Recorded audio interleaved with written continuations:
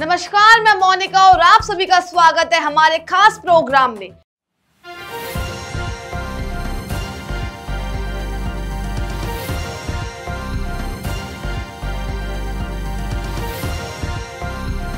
आप देख रहे हैं न्यूज़ 1+, हर वक्त हर खबर। आज हम बात करने वाले हैं ऐसे विषय पर जो न केवल हमारे देश बल्कि पूरी दुनिया के लिए एक चुनौती बन गया था, और वो है कोविड-19 जिसे हम कोरोना वायरस के नाम से भी जानते थे। इसने न केवल पूरी दुनिया को अपने आगोश में ले लिया, इस महामारी ने हमारे जीवन की दिशा बदल दी थी, हमारे समाज का प्रभाव किया गया और हमारे स्वास्थ्य व्यवस्थाओं को भी बड़ी परीक्षा में डाल दिया था। लेकिन क्या हम पूरी तरह इसके बारे में समझ पाते हैं? क्या कोरोना वायरस को लेकर कुछ ऐसे पहलू हैं जिन पर हम शक करना चाहते हैं? आज हमारे इस पर चर्चा करेंगे, देखते हैं, समझते हैं इसको। सबसे पहले हमें ये समझना होगा कि कोविड-19 आखिर है क्या और इसके फैलने से क्या तरीके थे। कोविड-19 एक वायरल संक्रमण है जो मुख्य रूप से श्वसन तंत्र को प्रभावित करता है। इसका वायरल SARS-CoV-2 ये मुख्य रूप से संक्रमित व्यक्ति के संपर्क में आने से, उसके खांसने छींकने से फैलता था। कोरोना वायरस के मुख्य लक्षण बुखार, खांसी, सांस लेने में दिक्कत, गंध और स्वाद की कमी का ढकना था।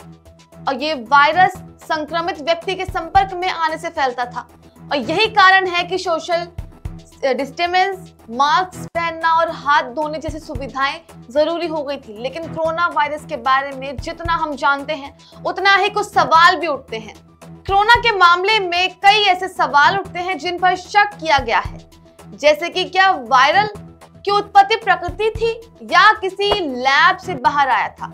क्या ये महामारी पूरी दुनिया में फैलने के लिए पूर्व नियोजित था? इन सवालों ने न केवल आम लोगों के मन में संदेह पैदा किया है, बल्कि कई सामाजिक और राजनीतिक बहसें भी छिड़ी हैं। अब क्या कोरोना वायरस की उत्पत्ति प्राकृतिक थी या किसी मानव जनजीत के कारण से फैल रहा था? ये सभी सवालों के जवाब जानेंगे इसमें। इस पर कई विशेषज्ञों का मत था कि कोविड-19 वायरल की उत्पत्ति स्वाभाविक रूप से हुआ था, अर्थात ये प्रकृति के अंदर से उत्पन्न हुआ। हालांकि कुछ समय तक इस सवाल भी उठा गया कि क्या ये किसी प्रयोगशाला में बना और फैल गया। वैज्ञानिक समुदाय ने इस पर विचार को खारिज कर दिया और अब तक ऐसी कोई ठोस प्रमाण नहीं मिला है।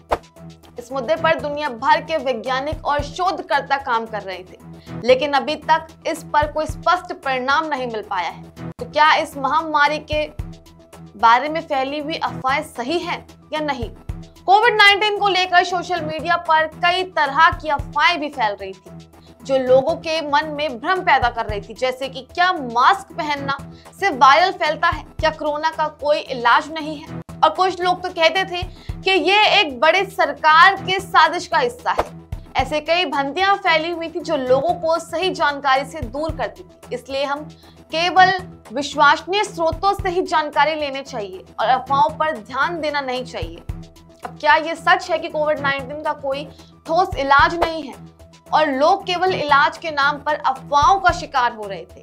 ऐसे कई सवाल हैं, तो इसी पर हम बात करेंगे। कोई स्वास्थ्य इलाज अभी तक नहीं मिला है इसका। हालांकि इस पर उपचार के लिए वैक्सीनेशन और अन्य इलाज की विधियां मौजूद हैं। इसके अलावा कोविड-19 से बचने के लिए मास्क पहनना, हाथ धोना और सोशल डिस्टेंस का पालन करना अत्यंत महत्वपूर्ण था। वैक्सीनेशन को लेकर भी बहुत सी भ्रांतियां फैली हुई थी। बहुत से लोग ये मानते थे कि वैक्सीनेशन से शरीर में चिप्स डाले जाएंगे या इससे बीमारी फैल सकती है, जबकि वैज्ञानिक प्रमाण ये बताते हैं कि वैक्सीनेशन वायरस से लड़ने के लिए शरीर को मजबूत करता है और इससे संक्रमण का खतरा बहुत ही ज्यादा कम हो जाता है, बीमारी फैलने का कम डर रहता है। और आज हम ये देख सकते हैं कि सरकार और स्वास्थ्य गठन मिलकर लोगों को सही जानकारी देने के लिए कई अभियान चला रहे हैं ताकि कोविड-19 के बारे में डर को छोड़कर सही तरीके से वैक्सीनेशन करवा सके। आज कोविड-19 हमारे जीवन का एक अभिन्न हिस्सा बन चुका था, लेकिन इसके साथ ही हम अफवाहों और गलत सूचनाओं से भी बचने की जरूरत है।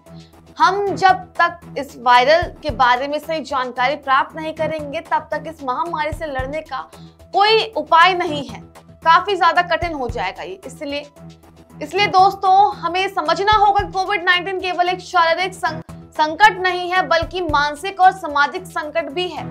हम इसको मिलकर इसका मुकाबला करना होगा, सही जानकारी को फैलाना होगा और इस महामारी से बचाव के उपाय का पालन भी करना होगा। अब हमारी कोशिश होनी चाहिए कि हम सही जानकारी प्राप्त करें और इसे दूसरों तक भी पहुंचाएं। चलिए अब हम मिलकर इस महामारी से निपटने के लिए एकजुट हो। इस खबर में तो बस इतना ही। धन्यवाद और सुरक्षित रहें।